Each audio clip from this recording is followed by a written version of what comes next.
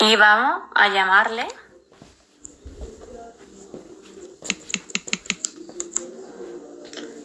A ver si consigue entrar rápidamente.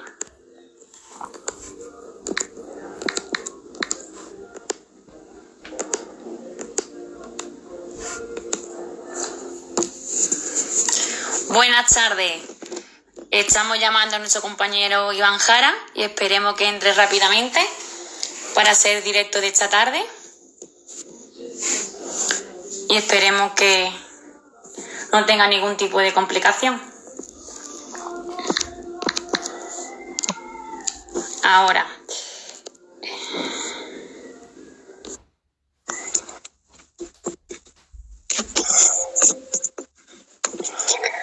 Estamos esperando que entre. Iván, buenas tardes. Ya estamos aquí. Ay, muy bien. ¿Qué tal? Que me he puesto casco para disminuir el sonido ambiente. Muy bien. ¿Me escuchas bien? Sí, ¿no? Perfecto. Te escucho perfecto. Muy bien.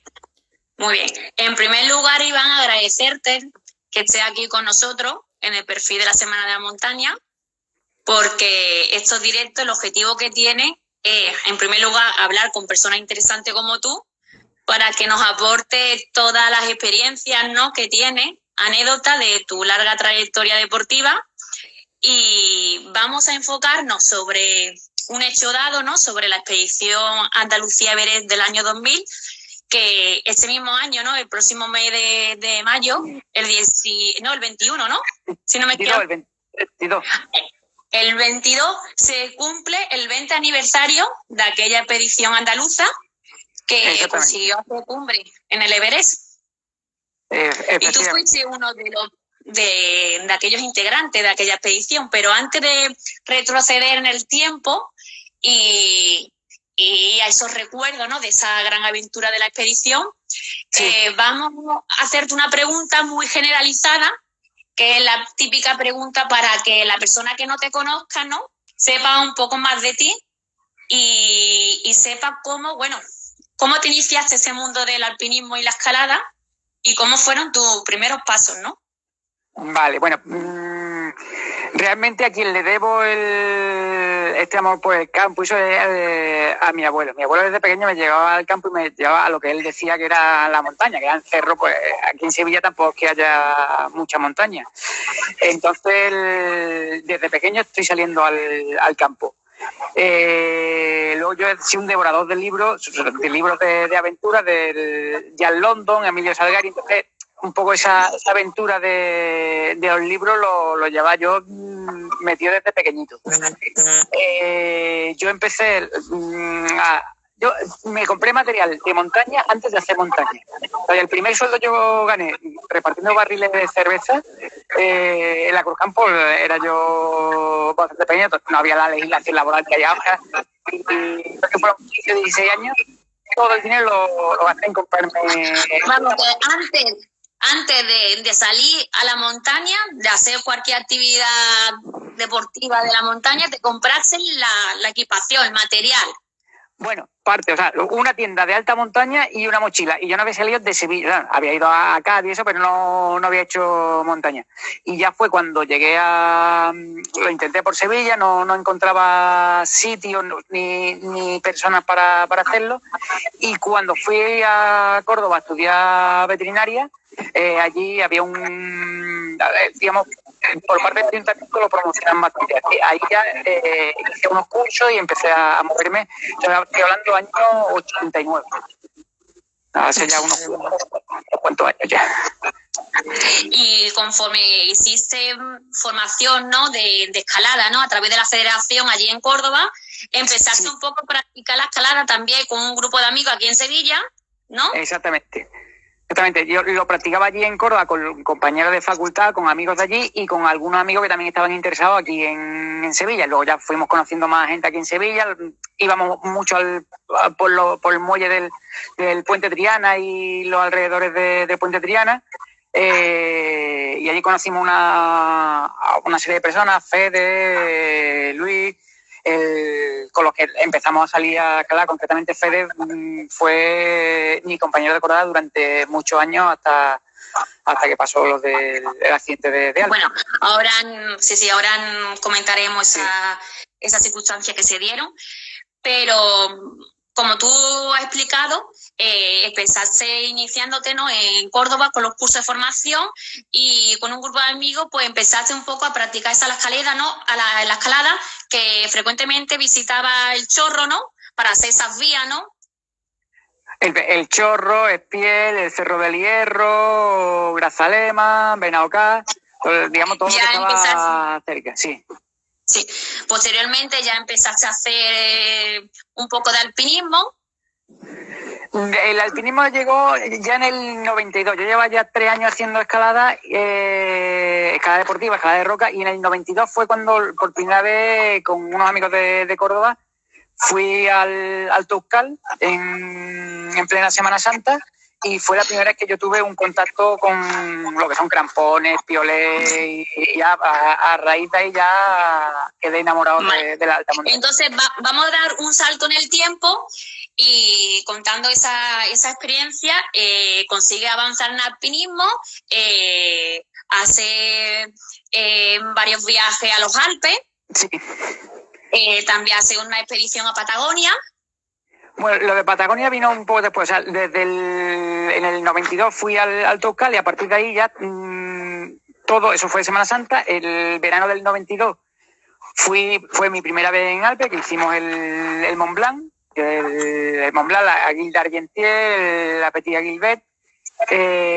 Y ya desde ese año, todos los años, iba entre 3 semanas y un mes a quedarnos retirados en los Alpes, haciendo propiamente dicho. Vamos, que prácticamente tu tiempo libre lo dedicaba exclusivamente a la montaña. Prácticamente no, totalmente. Totalmente. Entonces, cuando ya nos trasladamos a la expedición de la Patagonia. Sí. Eso fue en el 98. Tras 2 intentos, ¿no? Que hubo dos expediciones. Bueno, en Patagonia intentábamos el Cerro Torre. En Patagonia nos tiramos 2 meses y medio, y ahí el Cerro Torre no lo pudimos conseguir, pero hicimos otra cumbre, la Aguja Poincenot.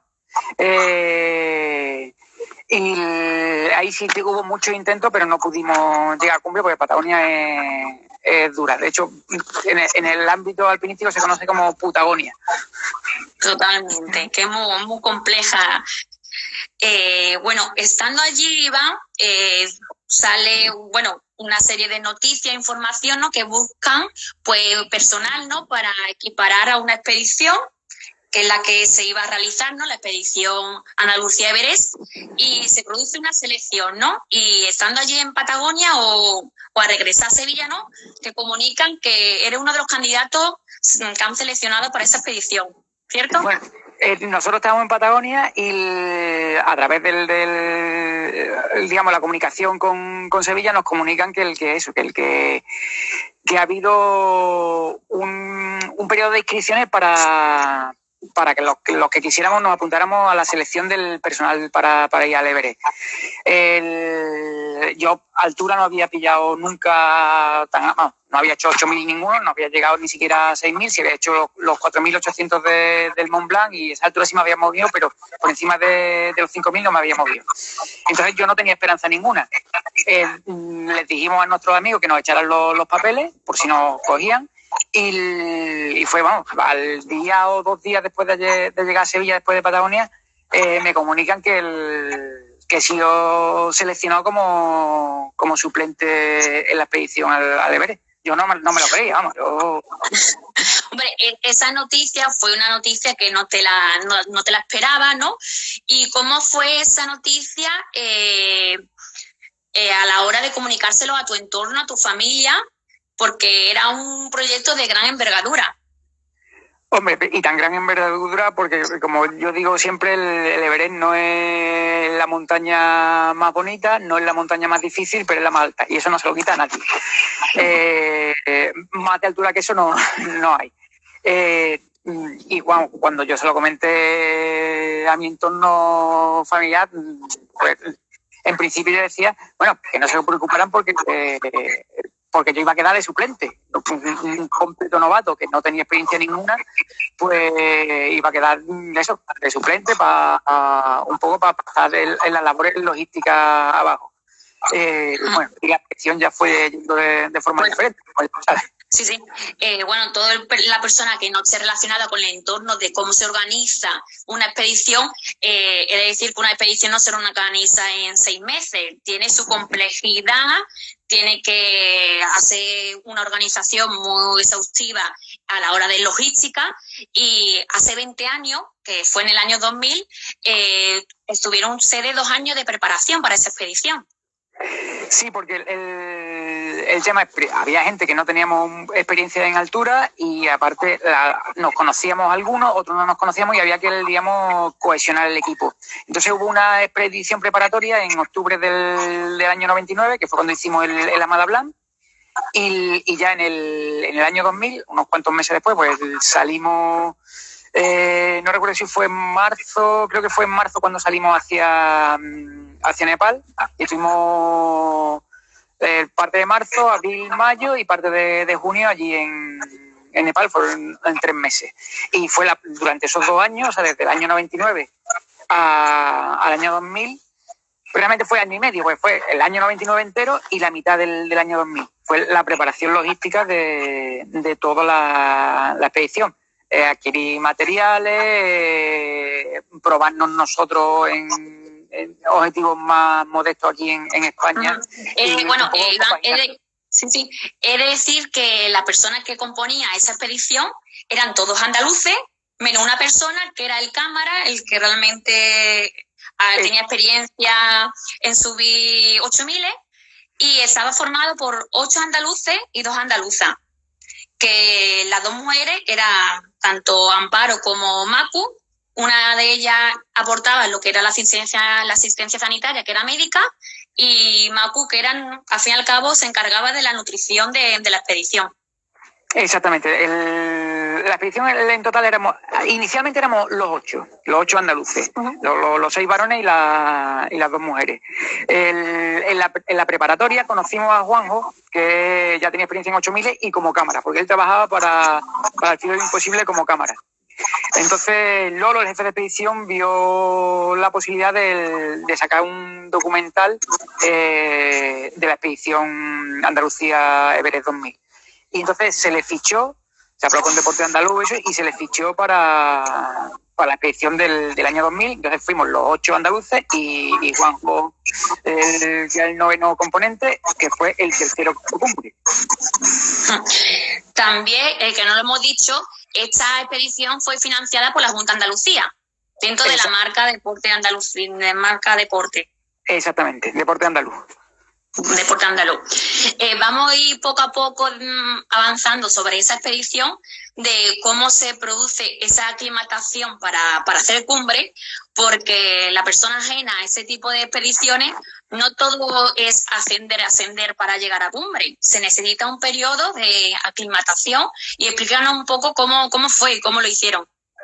Va a ver, el problema en altura es que cuando alguien no está habituado, la presión atmosférica es bastante menor. ¿Qué pasa? Que aunque la concentración de oxígeno es la misma, o sea, es el 21%, pero las moléculas están más distendidas porque hay menos presión. ¿Qué pasa? Que con cada bocanada de aire uno toma menos oxígeno. Entonces, cuando uno no está habituado, si a nosotros nos trasladan directamente desde aquí de Sevilla a la cima del Everest, nos morimos porque nos falta oxígeno y mueres por una embolia, o sea, por un edema cerebral. ¿Qué pasa? Que para evitar eso tú tienes que ir subiendo poquito a poco, y además no solo subiendo, sino subiendo y bajando. Entonces nosotros montamos el campo base, 5.400 metros, te espera unos cuantos días en el campo base. Cuando ya estás más o menos habituado, subes a campo 1, que está a 6.100, dejas material y vas a campo base.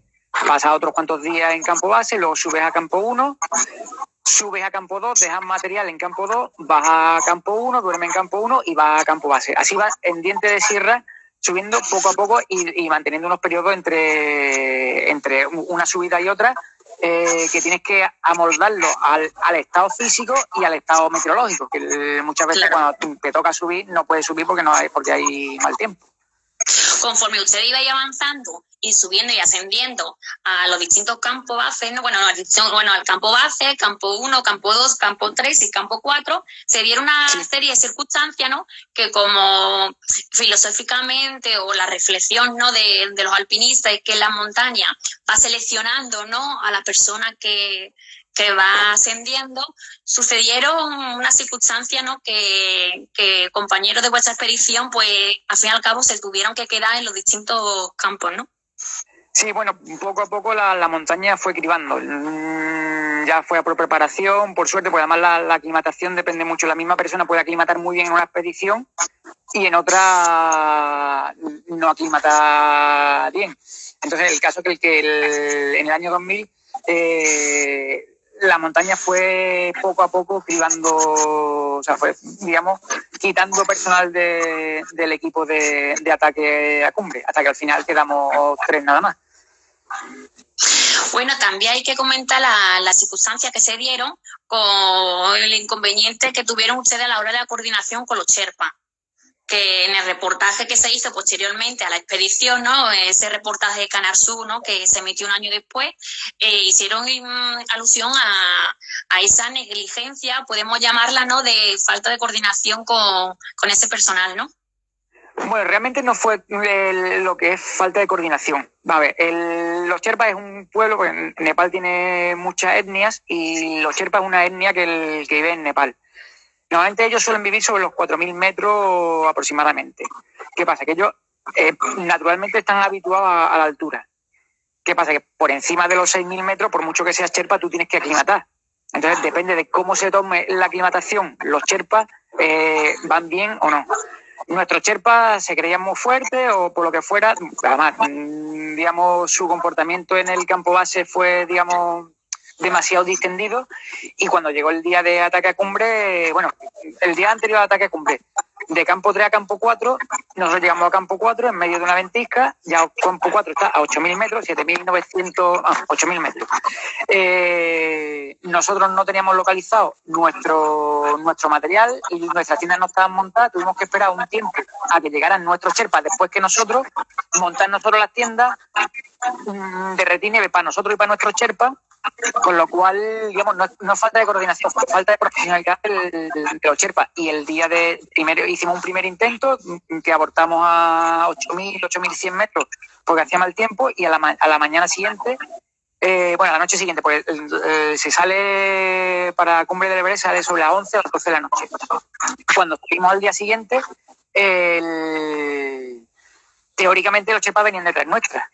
Aquellos tú sales de noche y tú te coordinas con ellos por walkie. Y nosotros salimos pensando que nuestros Sherpas venían detrás. A 8.400 metros en el balcón sur, que es una parte de la ruta normal de la cara sur del Everest, nos comunican desde el campo 4, Santi, que se había quedado en el campo 4 para ser de enlace de comunicación, nos comunica que los Sherpas no han salido de la tienda, que estamos solos. Entonces ahí tenemos que decidir si seguir adelante o volvernos. Que no vayan los Sherpas significa que nos quedamos con menos carga del oxígeno que deberíamos llevar. O sea, porque nosotros llevamos 2 botellas cada uno, pero una tercera botella la lleva cada Sherpa de la que vamos a usar. Pues digamos se van quedando... Es como una botella de repuesto, pues si realmente se necesita, ¿no? No, de repuesto no. La tienes que usar. O sea, en los cálculos, y nosotros llevamos cálculos dentro del uso de oxígeno, que yo no era partidario del uso de oxígeno, porque a nivel deportivo es menos, digamos, le quitan mérito, pero como era la primera vez que Andalucía iba al Everest, digamos, había que asegurar la cumbre. Entonces, en los cálculos que nosotros teníamos hechos, que eran unos cálculos mínimos, eran 3 botellas por persona. No es que la botella que faltaba fuera de reserva, es que la teníamos que utilizar. De hecho, habitualmente cuando uno va subiendo, a medida que va subiendo al Everest, cuando va con oxígeno, tiene que ir subiendo el régimen de oxígeno. Se parte de 4 litros y se va subiendo 4 litros por minuto y se va subiendo a medida que va ascendiendo. Nosotros no partimos de 4 litros, nosotros partimos de 1,5 litros. sino que cuando nos enteramos de que los Sherpas no venían, no solo no podíamos subir, sino que tuvimos que ir recortando el oxígeno. Una vez llegamos a Cumbre, nos hicimos la foto y en la bajada nos quedamos sin oxígeno. Yo bajé desde 8.700 metros, desde Cumbre Sur hasta el balcón. Estaba a 8.400, yo bajé 300 metros sin oxígeno. Y vamos, yo notaba que el cuerpo ya empezaba a fallarme. La cabeza no. La cabeza la tenía... Por eso, en tales circunstancias se podría haber producido un edema cerebral. Sí, o sea, lo que pasa es que si uno es sincero consigo mismo y uno es observador, uno se da cuenta cómo se va deteriorando. Ya digo yo, desde Cumbre Sur de 8.700 a 8.300 bajando sin oxígeno, yo noté el deterioro en la coordinación muscular y en la fuerza. A mí la cabeza me funcionaba perfectamente y de hecho yo pasé miedo ahí porque yo dije... me estoy quedando... Bueno, Iván, en ese momento, dadas las circunstancias, no pasó nada, ¿no? Afortunadamente, pero en ese campo 4 no había asistencia médica porque la compañera se tuvo que retirar porque sufrió un accidente, una caída. Sí, bueno, normalmente a 8.400, o sea, 8.000 metros en el campo 4, ahí no hay asistencia médica, no suele haber nunca, o sea, ni cámara hiperbárica ni nada, porque lo que hay que hacer cuando alguien se pone mal a esa altura es bajarlo, ya sea por su propio medio o que lo bajen los compañeros, porque además tampoco a esa altura llegan helicópteros. Creo que la altura más arriba que llega un helicóptero rescatando es 7.000 y algo. A 8.000 metros no llega un helicóptero para rescate. O sea, el alpinista tiene que bajar por su propio medio o bajar a los compañeros, porque además es lo único que realmente funciona frente al edema cerebral o el edema pulmonar, que son las dos versiones en las que se da el mal de altura, que es bajar mientras más rápido mejor. Vamos, que en ese momento se la jugaron ustedes todos a una carta. Suerte que la climatología acompañaba. Sí, no, nos la jugamos una carta. La climatología no acompañó. De hecho, en Cumbre, nosotros antes de llegar a Cumbre veíamos el cielo y llegando a Cumbre ya estaba cubierto. De hecho, a mediodía más o menos, todas las tardes, por la orografía del terreno, en las cumbres altas, normalmente se suelen formar fenómenos tormentosos. Nosotros llegaríamos sobre las 9:30 de la mañana más o menos y ya estaba cubierto y empezamos a bajar. Empezamos a bajar ya entrando girones de nube y venteando. Pero ya te digo, era la bajada. Realmente cuando tuvimos que decidir fue en Cumbre Sur, ya viendo la cumbre, que todavía quedaban como unas 2 horas hasta Cumbre. Pero en Cumbre Sur fue cuando realmente tuvimos que decidir, ¿seguimos o nos damos la vuelta? Y ahí nos miramos los tres y ninguno dudó, seguimos para arriba. Pues nos veíamos fuertes, nos veíamos tan fuertes. De hecho, nosotros cuando salimos de la tienda, por la noche, nosotros fuimos adelantando a todos los que iban por delante nuestra. Hasta que llegamos a un grupo que era un americano y 4 Sherpas que iban con el americano. Tú fíjate la diferencia, nosotros íbamos 3 sin Sherpa y el americano llevaba 4 Sherpas para él solo. Entonces llegamos a él y dijimos, bueno, lo adelantamos también y dijimos, no vamos a adelantar porque encima de que vamos sin Sherpa no vamos a abrirle nosotros la huella a él. Entonces fuimos detrás de él, digamos, un poco aprovechando el que él hacía. Y entonces es señal de que nosotros nos veíamos bien. Y llegamos a Cumbre Sur y nos veíamos bien, a pesar de que habíamos tenido que ir bajando el oxígeno, nos vimos fuertes y bien. Y de hecho, no tuvimos ningún problema, salvo el que nos abandonaron los Sherpas y la falta de la botella de oxígeno. Pero realmente no nos vimos mermados en ningún momento, ninguno de los tres. Bueno, ¿y cómo fue esa sensación de llegar a Cumbre y decir, hemos llegado?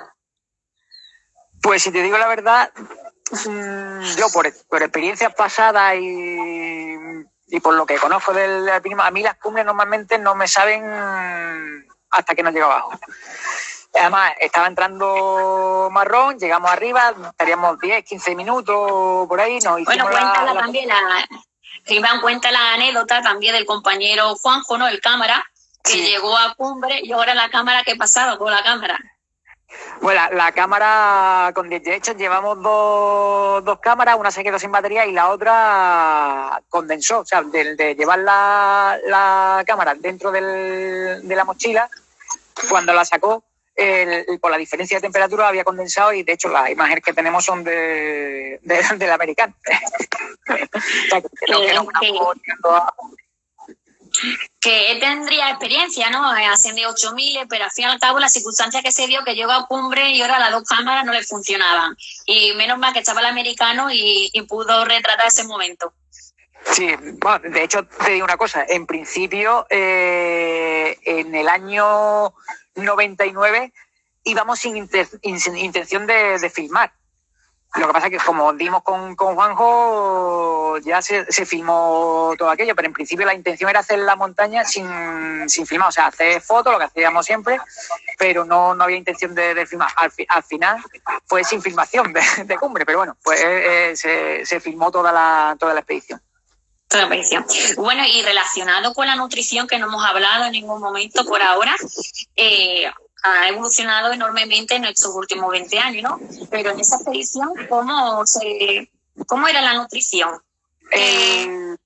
Bueno, hay que tener en cuenta una cosa, que ya pueden venir los nutricionistas y decir, esto es lo bueno, esto es lo que hace falta, pero hay que contar con una cosa, es que allí el apetito se te va a freír espárragos. O sea, entonces tienes que mantener un equilibrio entre lo que es sano y bueno y lo que te apetece. O sea, si es muy sano y muy bueno, pero no te apetece y tú dejas de comer porque no te apetece, no estás consiguiendo nada.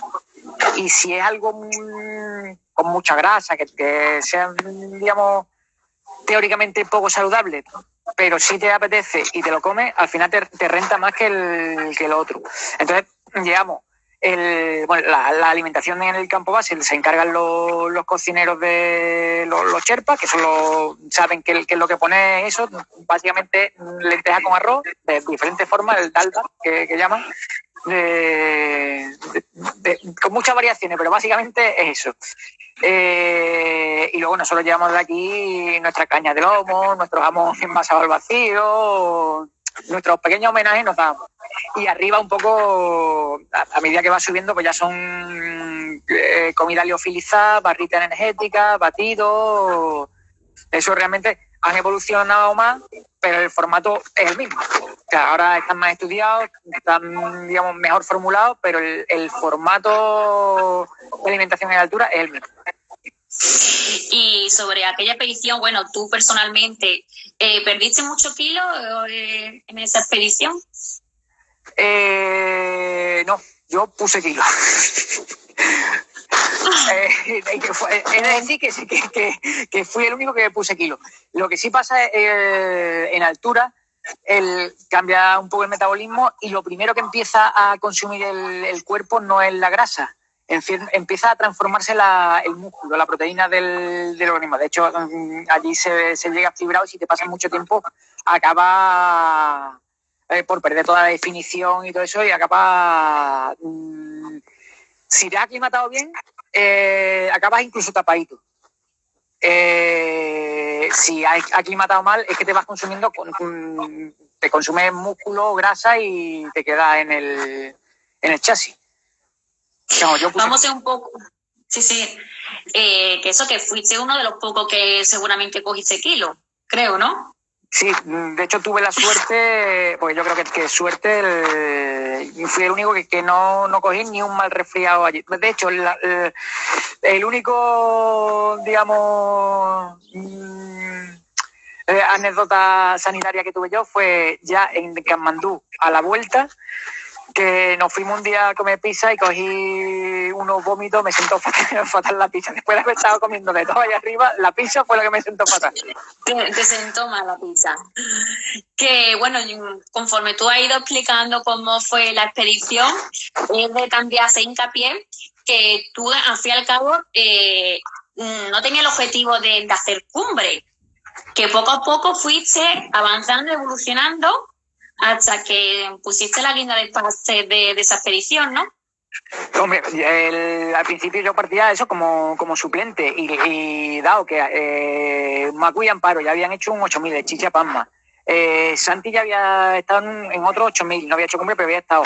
Fernando también había estado en 8.000, el Lolo había estado, Salazar también, José Antonio había estado también en altura. Digamos, yo era el que menos altura había picado y yo era el que menos posibilidades tenía de llegar arriba. Entonces, lo que pasa es que, claro, vas viendo que gente se descarta, que va empeorando su salud y que a mí no me pasa nada, pues entonces el jefe fue poniéndome, digamos, en punta de lanza. Bueno, una vez que llegáis al campo base, cuando tú has comentado que comiste la pizza, te sintió mal, una vez ya finalizada la expedición, la comunicación con el exterior, ¿no? Con la familia, con los compañeros, ¿no? De aquí de España, ¿cómo fue, no? Tras el éxito de esa noticia.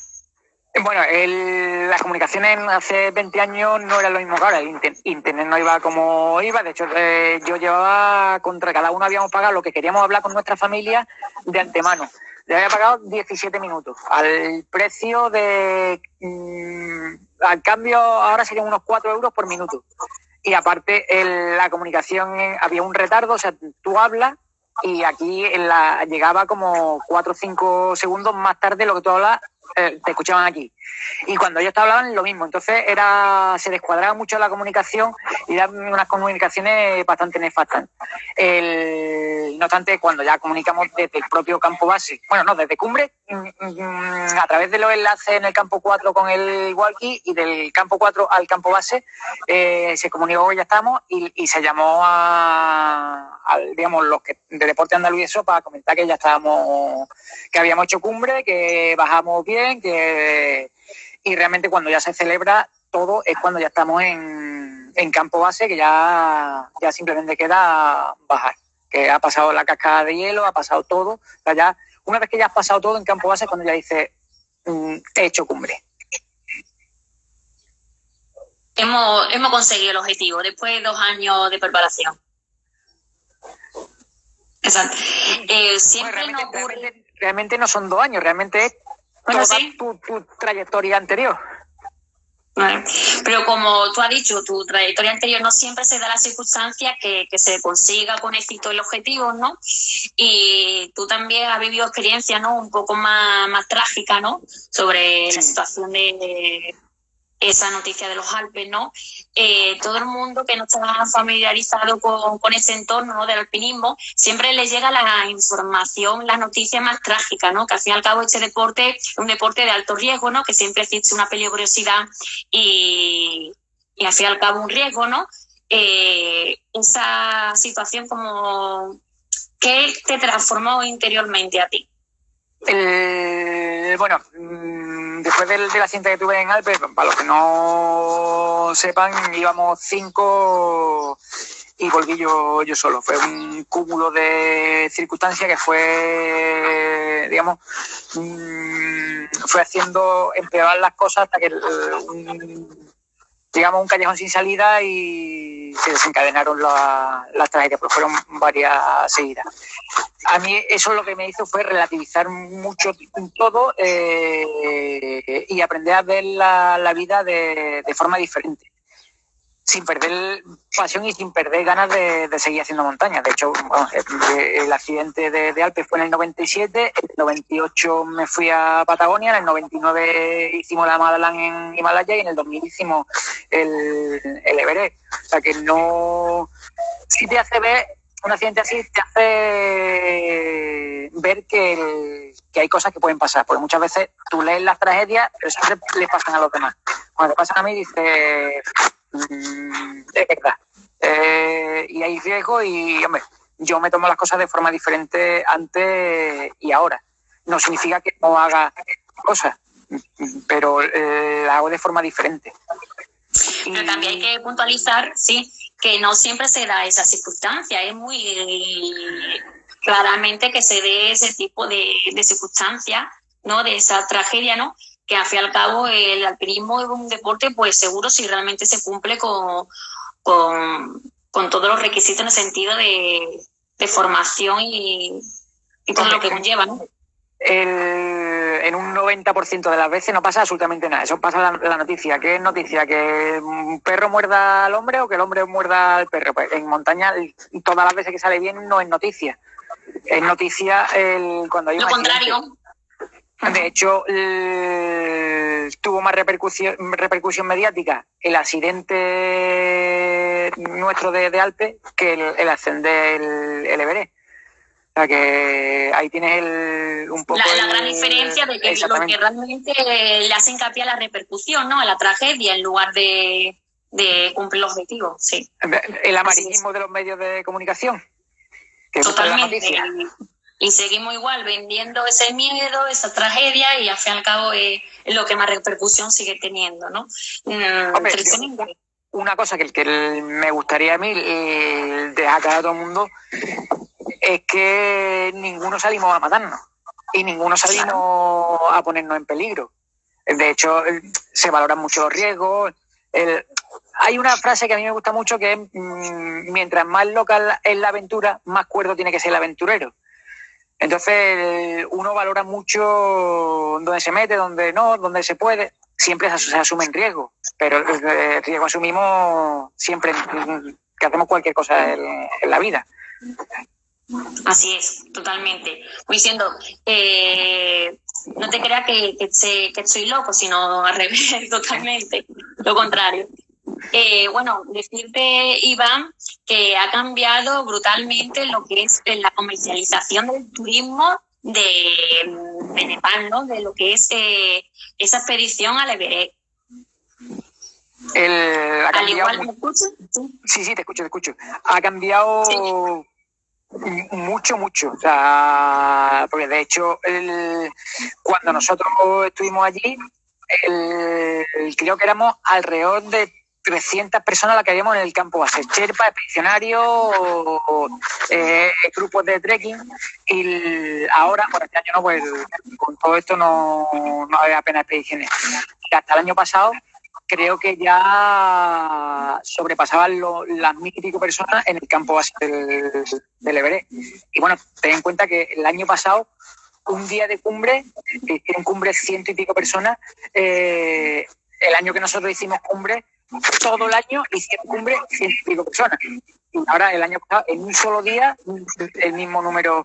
Por supuesto, la gente ya va con más medios, ya los parques meteorológicos no son los que había antes. En fin, que la tecnología y el material en esos 20 años se ha notado mucho. Y la infraestructura, por supuesto. Totalmente. Y al igual como aquí explicamos, ¿no? Que España explota nuestras costas, ¿no? Pues allí Nepal lo que tiene son las montañas y su principal ingreso son las montañas, y en ese periodo donde hay buen clima para ascender el Everest, pues se produce esa aglomeración, ¿no? de alpinistas, y al fin y al cabo es un comercio que se está explotando y no se está interviniendo para que mejore y no se produzca esa situación, ¿no? No, y de hecho no se está llevando de una forma demasiado sostenible. O sea, están buscando el beneficio rápido y fácil y no se está controlando, de hecho, la deforestación. Desde que vamos los blanquitos, como yo digo, los occidentales, la deforestación en toda la parte de acceso al campo base de Everest y eso es brutal. Hay quien va con cierta conciencia y procura lavarse con toallita, y hay quien quiere, como blanquito, que le tengan preparada una ducha de agua caliente todos los días, y el agua caliente esa se calienta con restos de deforestación, o sea, de árboles que han cortado y eso. Entonces, es verdad que ahí controlan poco. Y me consta, por gente que me han contado que han estado hace poco, que el deterioro es importante. De contaminación, totalmente, por dejar esos residuos allí en el campo 4, ¿no? No, campo 3, que al fin y al cabo no lo bajan, ¿no? Y se está produciendo una contaminación ambiental. Sí, porque de hecho ahí mucha gente vende expediciones de limpieza de Everest, pero realmente es una excusa para poder hacer el Everest. Para recaudar dinero, seguramente. Más que para recaudar dinero, para pagarse el viaje al Everest. Porque realmente, ya cuando nosotros fuimos, sí había una fianza que había que pagar que te devolvían si tú demostrabas que habías bajado el material que habías llevado. Pero realmente eso es un poco un descontrol. De hecho, nosotros nos llevamos nuestra botella y bajamos alguna más de alguna expedición que sí, que al fin y al cabo el seguimiento y control no se aplica. Y no sé si ahora se aplicará, si hace 20 años no se aplicaba, ha ido realmente empeorando la situación porque hay más contaminación ahora, pero en las noticias pues salen que sigue a peor y no hay ningún tipo de control tampoco. Yo en la práctica no sé si ahora se está llevando o no, pero sí te digo que en aquella fecha no era un control muy férreo. Sí hay un detalle que sí había control, que es un detalle un poco escatológico, ¿no? Allí en el campo base cada X tiempo se llegaba el cheatman, el hombre mierda. Entonces, tú haces las necesidades en unos bidones, se prepara como una letrina y entonces cada X tiempo el cheatman llega, pesa los residuos orgánicos que hemos echado y si lo llevan lo usan para abandonar y cada expedición paga un tanto por el peso que ha acumulado, claro. Es más barato si cagas menos. Pero bueno, tampoco creo que por no sé, la cantidad de peso sea una gran diferencia, no creo, pero bueno. No, pero me refiero que ya se estaba empezando a controlar, que eso ya era un control porque si no es que el campo base tenga en cuenta que la capacidad de regeneración allí a 5.400 es nula. Si las heces y los orines se dejan por ahí, contaminas todo el glaciar del que vas a estar bebiendo y comiendo, no tu expedición, sino los años y los años y los años. Bueno, y ahora la situación que tenemos de confinamiento, ¿no? Por esta crisis sanitaria, yo creo que ahora Nepal, pues al fin y al cabo no tiene esa fuente de ingreso, ¿no? Porque ahora mismo pues está todo cerrado en temas de expediciones al Himalaya. Como tú has comentado antes, Nepal vive básicamente del turismo. ¿Realmente quién vive del turismo? Del turismo vive la mayor parte de la población de Katmandú, el gobierno, funcionarios, porque el nepalí medio realmente es una economía muy básica, digamos muy autosuficiente.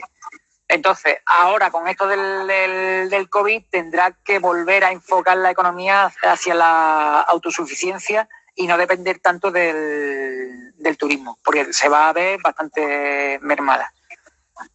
Claro, más nacionalismo y poco a poco a ver qué tal vamos avanzando.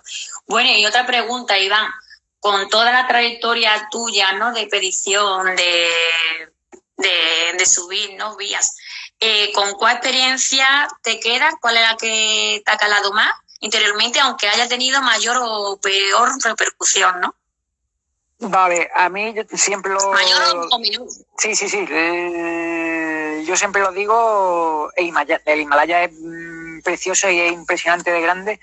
Sin embargo, a mí las montañas que más me llaman es Patagonia. Son montañas más bajitas, bastante más verticales y con una climatología bastante adversa.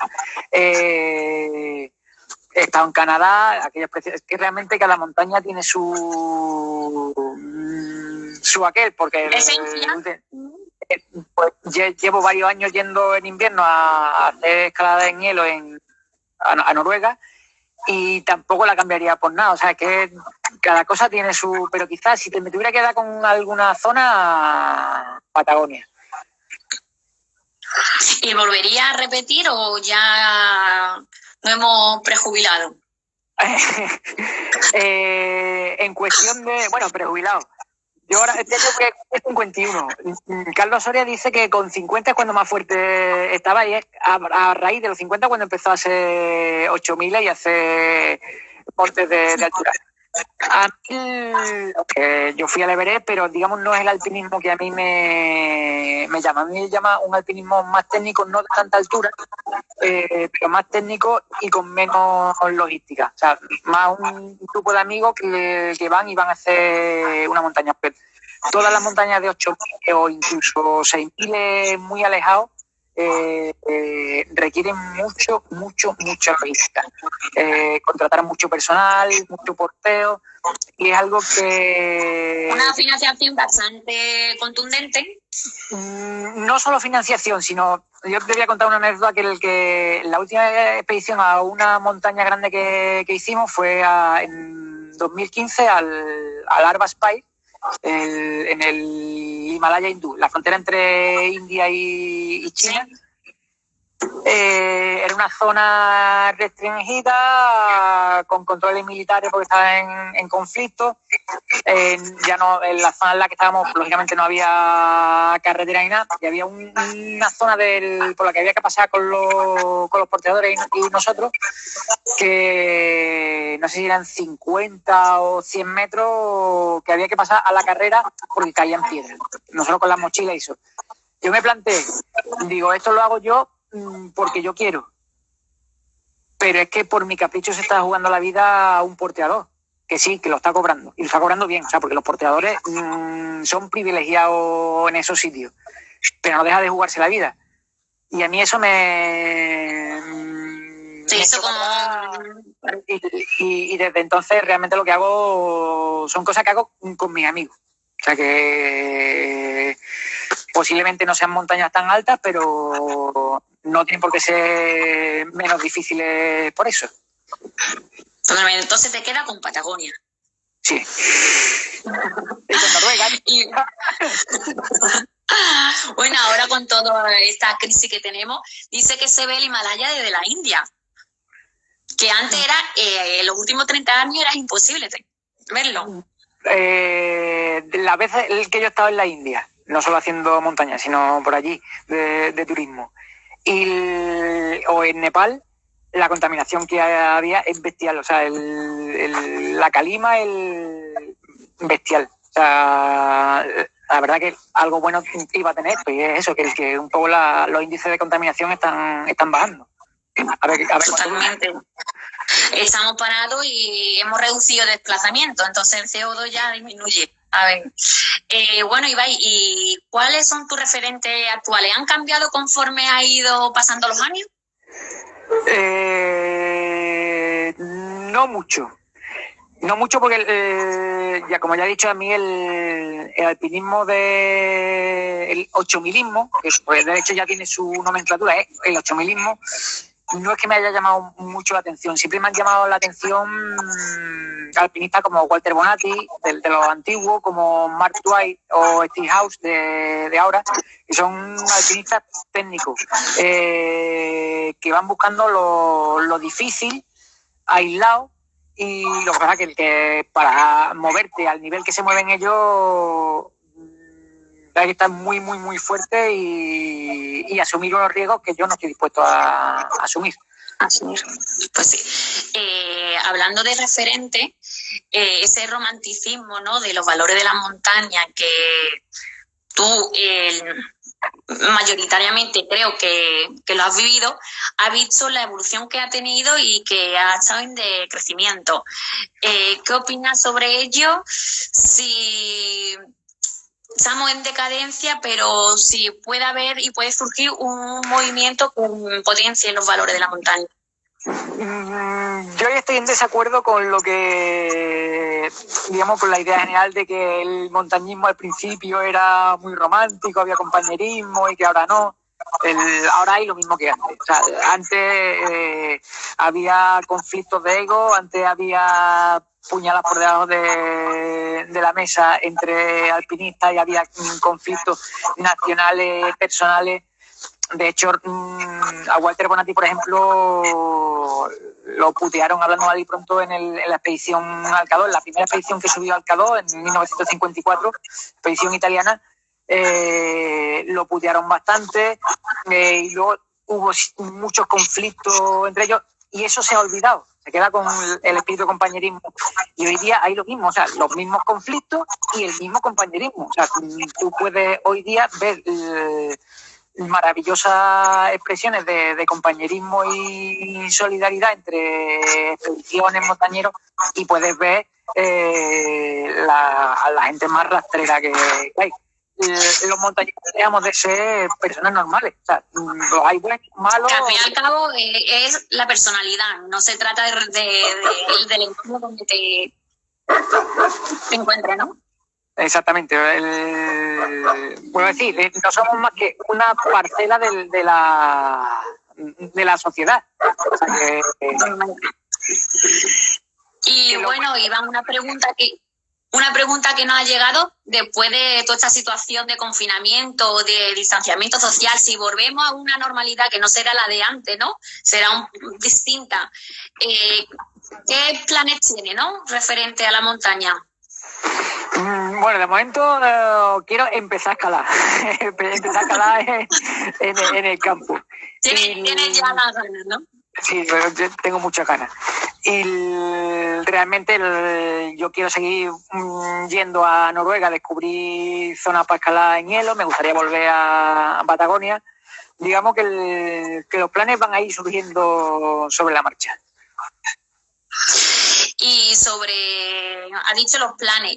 ¿Y qué, actividad de la montaña es la que más te potencia a ti y mayores sensaciones te aporta? Y la cual tú te identificas, ¿no?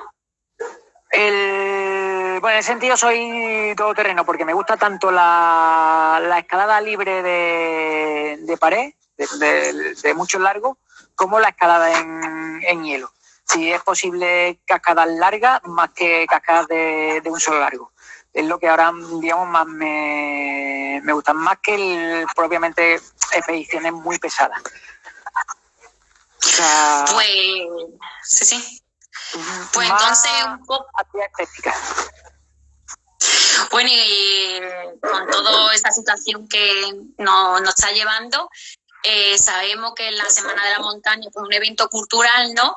Que desafortunadamente pues puede que todo se desconvoque, ¿no? Porque es lo que está ocurriendo. ¿Y tú crees que habrá una transformación social, ¿no? Con toda esta situación y que nuestro evento se puede enfocar de una manera digital o no? Hombre, el convocar la Semana de la Montaña este año no creo que fuese responsable.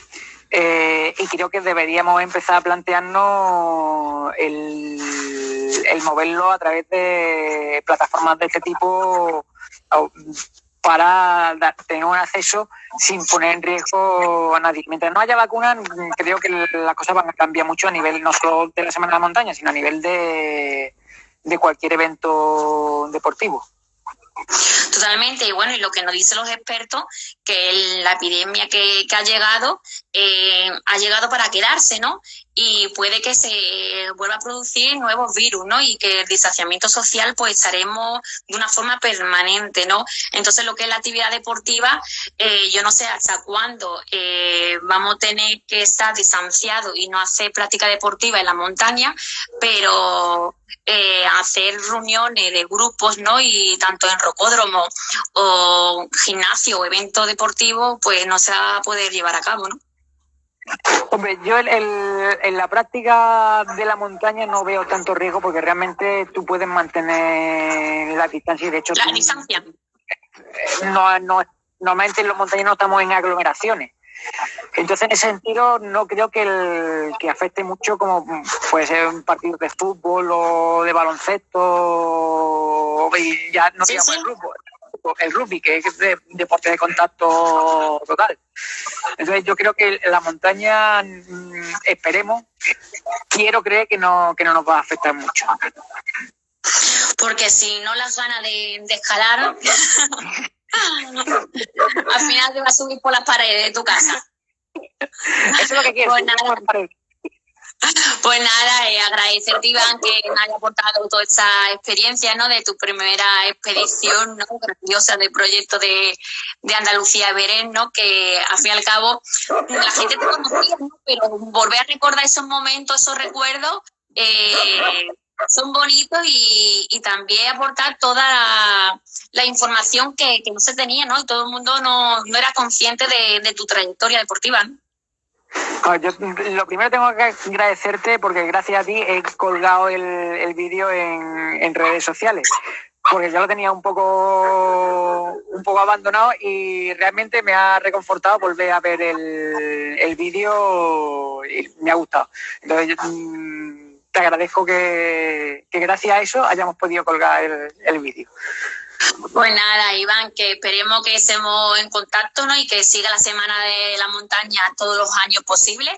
Y si no puede ser este año, pues nada, ir con más fuerza para el año 2021 y hacer más, que surjan nuevas ideas, profundizar en mayores cambios, ¿no? Y que vayamos avanzando digitalmente. Esperemos.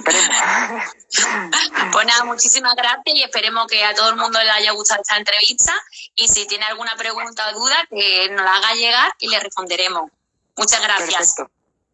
Adiós, Iván. Hasta luego.